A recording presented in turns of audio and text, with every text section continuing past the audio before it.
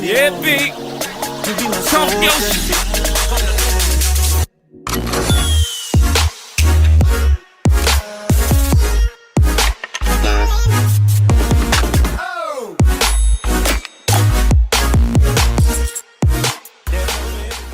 Hey, what's going on with the YouTube? It's your girl Honeybee QB coming back at you with another video. Thank you for coming to Live in the Hive. Be sure to like, comment, and subscribe. Women's 100 World Final. The Jamaicans get out well. It's Sharika Jackson, Chile Fraser Price, Talu. Here comes Sha'carri Richardson. Sha'carri's done it.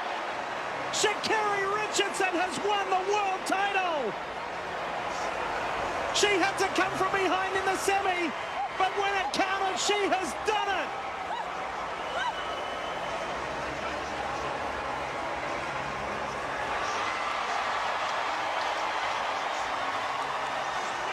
Sha'carri Richardson has stunned the sprinting world and is a world champion.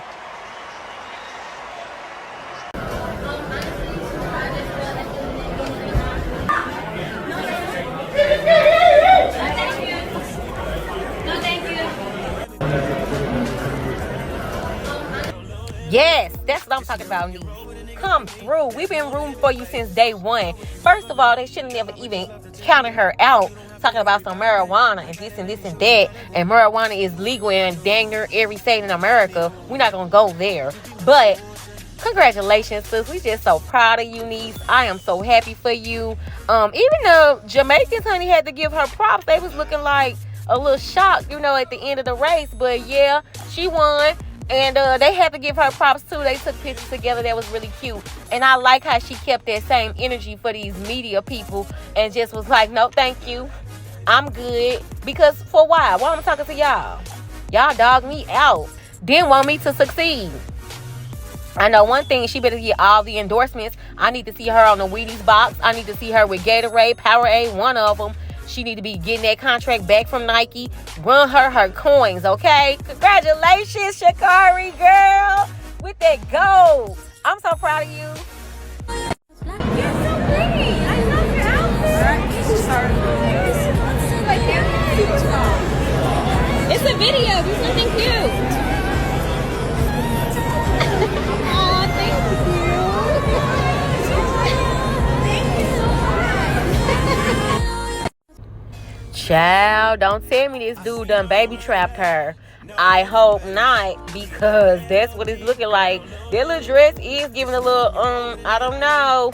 Now, recently, Halle had posted some, like behind the scenes, her dancing and stuff. She had a flat stomach, but that could be old. It could be anything to throw us off, you know what I mean? Now, her and DDG have been dating for quite a while now. I want to say at least over a year. They announced their relationship last March. So, they've been dating for a while now. They've known each other since 2015. And that is really all good and dandy. But this dude is abusive. The last time I spoke on this couple, we talked about him making a song that basically he was just kind of dissing her and talking down about her. And it just was like, and he said he was insecure. He can't take, not being the star of the relationship, I guess, or whatever the case may be. I don't know, honey, but Halle, girl, I just hope you're not pregnant, because that's a whole baby trap, and you're going to be stuck with this crazy, you're going to be stuck with this crazy man forever. Now, don't he got a whole bunch of gang of kids anyways? I thought that I heard that too before. He got a gang of kids anyways? Oh, yeah, he definitely was jealous. He wanted to knock her up real quick so he can set her down. That's what they do, child. I'm telling you, that's what they do. They see you about to go higher and higher. They say, let me pop a baby in her so she can sit down and do what I need her to do and be the woman I want her to be, instead of her allowing her to grow and figure out what she want to do in her own life. And everybody was like, well, she's grown. That don't mean she can't make a mistake. That don't mean that she ain't making the right choices. That don't mean that he's the right person. Shoot, she don't need to have no baby by that man. She can have a baby by anybody. Go on with this. I'm irritated. But we'll see what happens. Let's move on to the next Miss Halle. Halle Berry. She has finalized her divorce from Oliver Martinez, and it has been ordered to pay $8,000 8K in child support. Now, she doesn't have to do any spousal support. A lot of the fans were concerned, saying, why is she paying 8K? She should have got a prenup. She need to be smarter than that. Listen, people. She still got to take care of her child. $8,000 really not that bad, especially for a big-time celebrity like Halle. She's going to have to pay up just the same way as the big celebrities and big stars have to pay up when they're men. Hey, it is what it is. Now, I don't think he's going to be living, like the high life off of $8,000 a month. But, I mean, okay. If I was Halle, I wouldn't care if it was $8,000 or $80,000. Baby, peace is priceless, okay? If that man want to go, let him go, honey. If you want to go, let him go. Get you some peace, because ain't nobody got time for that, okay? Best of luck to both of them, honey. And take care of your child and raise them right, all right? I'm talking about. So recently, Kenya Moore did her interview with Carlos King. Let's check out this clip. Apollo. And even after Apollo, and thank you for making him admit to that. Let's talk about that, then we go back to Mark. There were allegations that you tried to suck Apollo's Honey, allegation. Phaedra Parks went on Arsenio Hall with Cynthia and Portia. He sat there and told the entire world that I saw Apollo in LA at a party. I proceeded to follow him without him knowing to his hotel and proposition him to ask him to suck his penis. And she said that on Arsenio Hall. Can you believe that?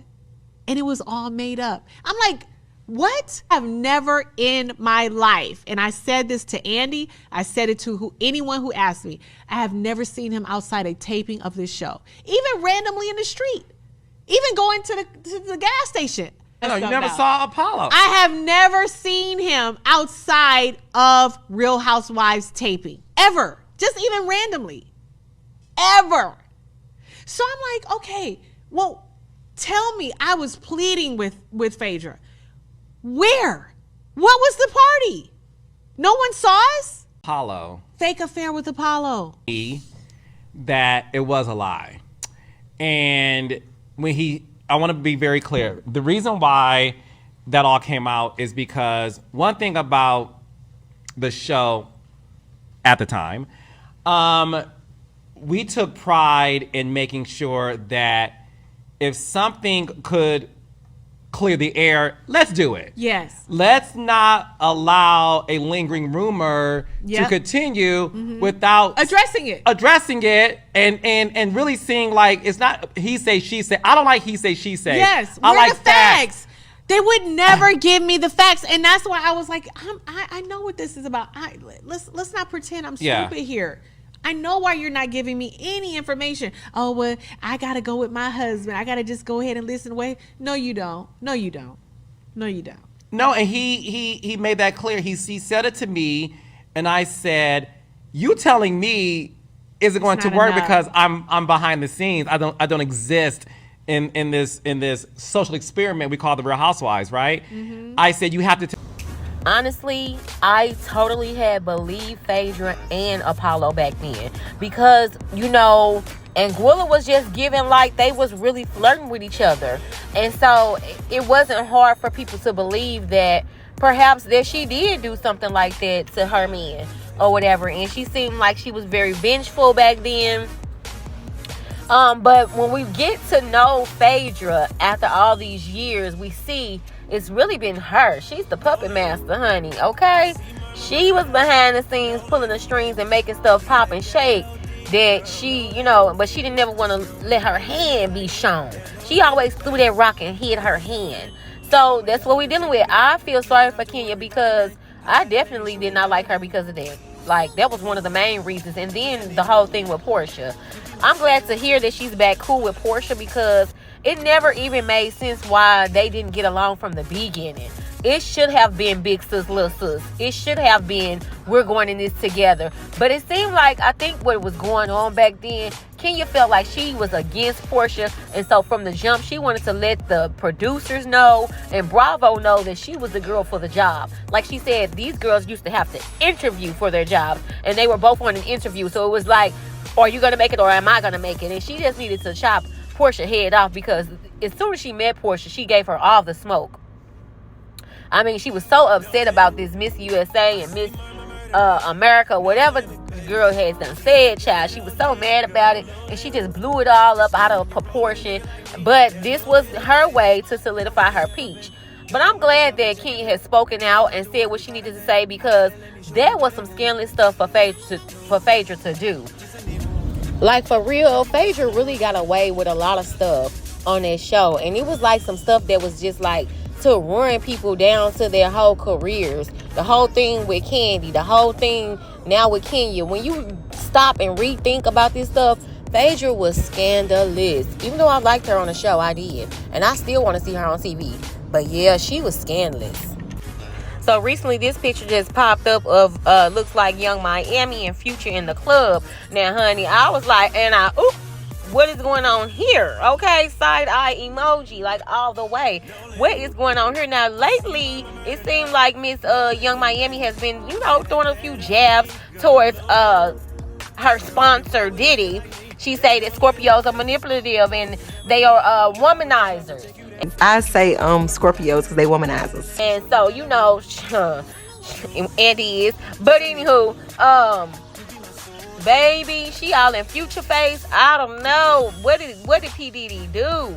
What happened? The sponsor didn't stop sponsoring. What is going on? But it feel like, she just trying to get back at him. I don't know. But maybe he'll be on Carisha, please. Ain't no telling. They could have just been in the club kicking it. But that look at him, I don't know, sis. What's going on? She said, I'm going to get a new sponsor. The hell? So you really don't think that Dame had anything to do with the success? You say that. No, I'm asking. I mean, it's kind of a question. Right. I remember Dame fighting for the artist. I remember that. Because regardless of how you feel about the person, you got it. Whatever they did should be credited. He started Rockefeller with Jay. In the studio sessions, Clark Kent was there. I don't know. What do you want me to say? He said it. No, he said after they made it, Jay didn't need nobody. You didn't say Jay wasn't important. Jay was picking the beats. Jay was rapping over the beats. He gave Jay was making things. It was all Hove. Right. They was along for the ride. Great ride. It was a great ride. That's like. So Irv saying that Jay did all the work. He picked the beats. He rapping over the beats. He's the artist. He's doing his thing. This is kind of weird. You know what I mean? Like, back in the day, you really didn't know who was doing what. His name was on the albums. You seen him in the videos. He was, cool by association. Was it just the startup money? And then after that, after the drug money went away, it was just like the nigga was just there? What is this about? Said Jay didn't need him. Obviously, he didn't. He's moved on. And he's still extremely successful. This is mad crazy, though, to me. Like, he didn't do nothing? Really? He just sitting there doing nothing?